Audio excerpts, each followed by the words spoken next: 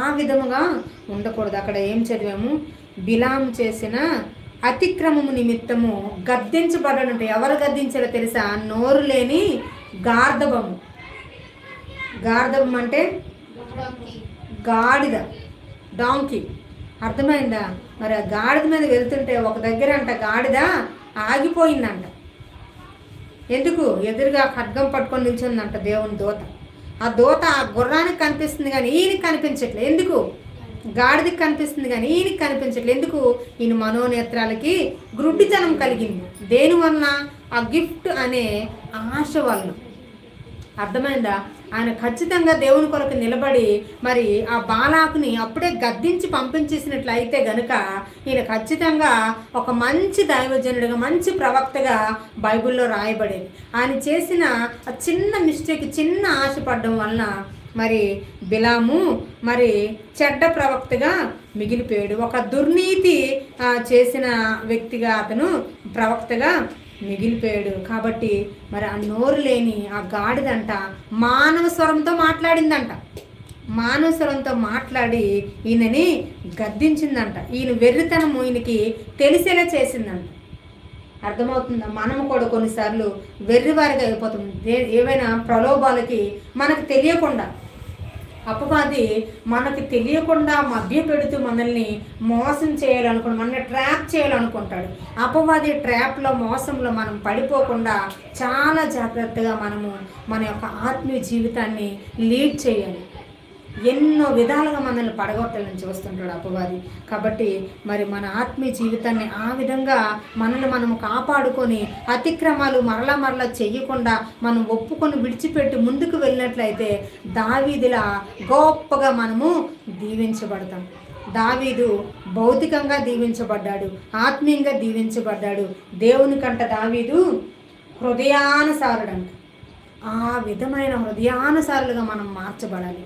అంతేగాని మన అతిక్రమణను మనం ఒప్పుకోకుండా కప్పుకున్నట్లయితే గనక మరి బిలాము వలె ఒక దుర్నీతి పరుడిగా మనము మిగిలిపోతాము. కాబట్టి దావీదు వలె మనల్ని మనం తగ్గించుకొని మన తప్పులు సరిచేసుకొని మనము దీవెనలోకి నడిపించబడాలని దేవుని వాక్యము తెలియపరుస్తుంది. లైవ్లో చూస్తున్న వారితో కూడా దేవుడు మాట్లాడుతున్నాడు.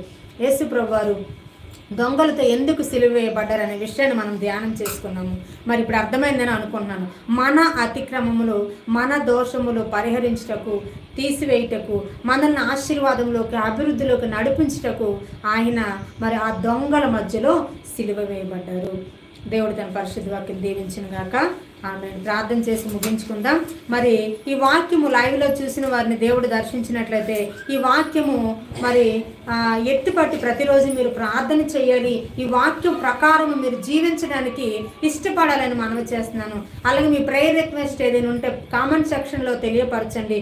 అదేవిధంగా ఈ మెసేజ్ను ఇతరులకు మీరు మరి షేర్ చేయండి, లైక్ చేయండి, సబ్స్క్రైబ్ చేసుకోండి. అదేవిధంగా ఈ వాక్యం మీకు ఏ విధంగా ఉందో కూడా మీరు కామెంట్ సెక్షన్లో తెలియచేయండి. అదేవిధంగా మరి ప్రార్థన చేసి ముగించుకుందాం. మీరు షేర్ చేసి సబ్స్క్రైబ్ చేసి పరిచయంలో పాలు భాగస్తులు కావాలని యేసుక్రీస్తు నామములో మనవి చేస్తున్నాను.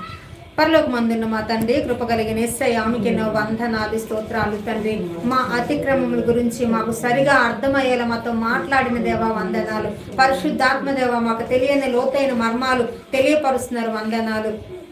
మమ్మల్ని మేము సరి చేసుకొని మీ స్వరూపంలోనికి మార్చబడాలి దేవా తండ్రి.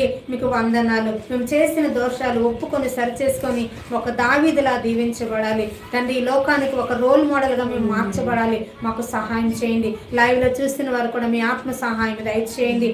ఇంకా మరి ఎవరెవరు ఏ అవసరాలతో వచ్చారో తండ్రి, ఆత్మ సంబంధమైన మేలులు, భౌతికమైన మేలులు, పిల్లల ఉద్యోగాలు, వివాహాలు, గర్భఫలము, అనారోగ్యం నుంచి విడుదల, స్వస్థత, పిల్లల చదువుల విషయంలో తండ్రి, ఎవరెవరు ఏ అవసరాలతో వచ్చారో, దీర్ఘకాలిక వ్యాధులు కావచ్చు, అసమాధానం కావచ్చు, రక్షణ లేని పరిస్థితి కావచ్చు, ఎవరెవరికి ఏది కొదువుగా ఉందో వారి కొదువలు అక్కరలు తీర్చి, వారి హృదయ వాంఛలు తీర్చి దీవించి ఆశీర్వదించమని, నీ నామానికి మహిమ తెచ్చుకోమని యేసుక్రీస్తు పరిశుద్ధ నామమున కృతజ్ఞతతో అడిగి వేడుకుంటున్నాము తండ్రి. ఆమేన్. అదేవిధంగా మరి ప్రతిరోజు 12 గంటలకి లైవ్ వస్తుంది, రేపు కూడా వస్తుంది. మరి అందరూ ఈ లైవ్లో పాలు పొంది మరి దీవించబడాలి, రక్షించబడాలి, మరి ఇంకా ఆశీర్వాదం నడిపించబడాలని నేను కోరుకుంటున్నాను. అందరికీ ప్రేయిస్తున్నాను.